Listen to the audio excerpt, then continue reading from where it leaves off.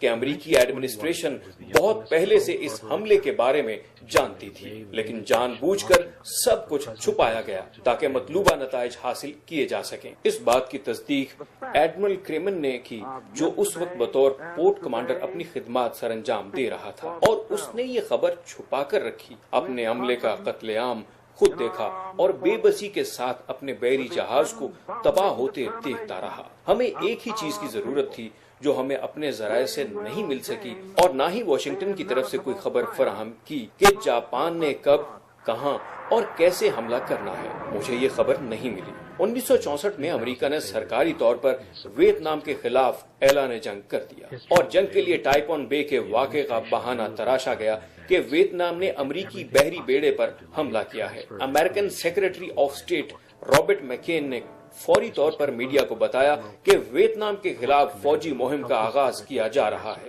حملے کے فوراً بعد امریکی نمائندے جنوبی ویتنام کے نمائندوں سے ملے ہیں، اور دونوں اس بات پر متفق ہیں کہ شمالی ویتنام کے خلاف مشترکہ فوجی آپریشن ناگزیر ہو گیا ہے۔ رابرٹ میکین نے 40 سال بعد اس بات کا اعتراف کیا کہ ایسا کوئی حملہ ہوا ہی نہیں تھا، لیکن اس دوران 60,000 امریکی فوجی اور 30 لاکھ ویتنامی اپنی جانیں گنوا بیٹھے تھے۔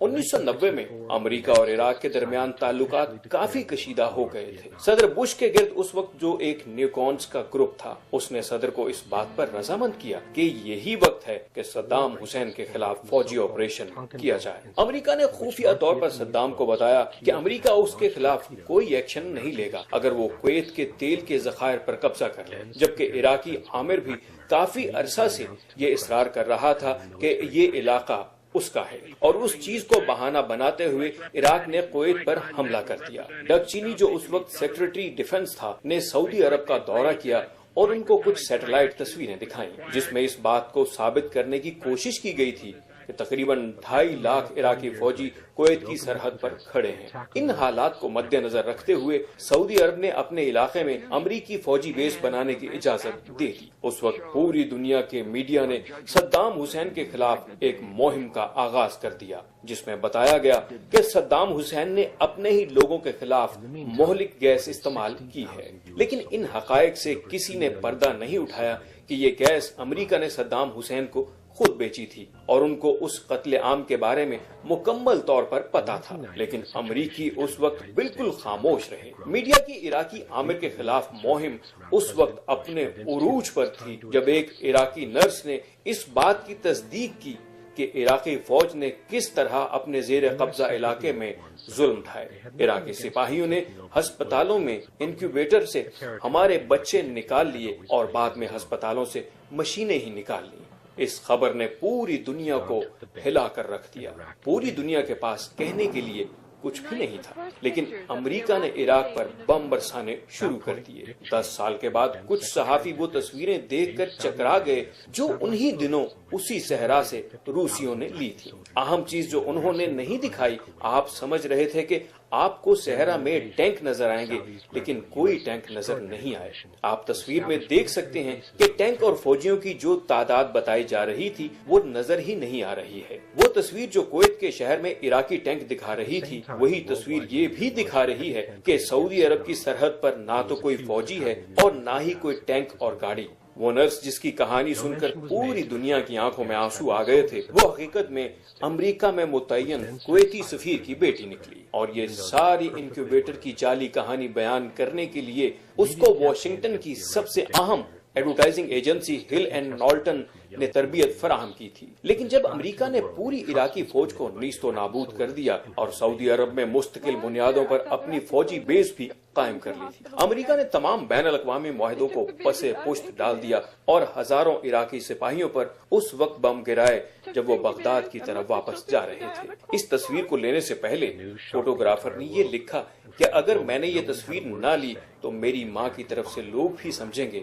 کہ جنگ وہی جو ہمیں ٹی وی پر دکھائی جاتی ہے۔ اس کے علاوہ بھی دھوکہ دہی کے بہت سارے واقعات ہیں جن کو اصل میں دنیا میں استعمال نہیں کیا جاتا۔ ان میں سے ایک کو آپریشن نارتھ ورڈز کہا جاتا ہے۔ 1962 میں CIA نے ایک خفیہ پلان بنایا جو کچھ ہی عرصے پہلے ٹائم میگزین نے شائع کیا تھا کہ کیسے امریکہ کیوبا پر دوبارہ کنٹرول حاصل کرنا چاہتا تھا، کیونکہ فیڈرل کاسترو کے انقلاب کی وجہ سے 3 سال قبل امریکہ نے اپنا کنٹرول کھو دیا تھا۔ کیوبا میں فوجی مداخلت کے لیے کوئی وجہ بیان کی جا سکے اور اس کے لیے کچھ تجاویز بھی بیان کی گئی تھی۔ مسافر طیارے کو انتہائی کم بلندی پر پرواز کرنے کے لیے کہا جائے گا، جہاں سے وہ سیدھا ایگزیلری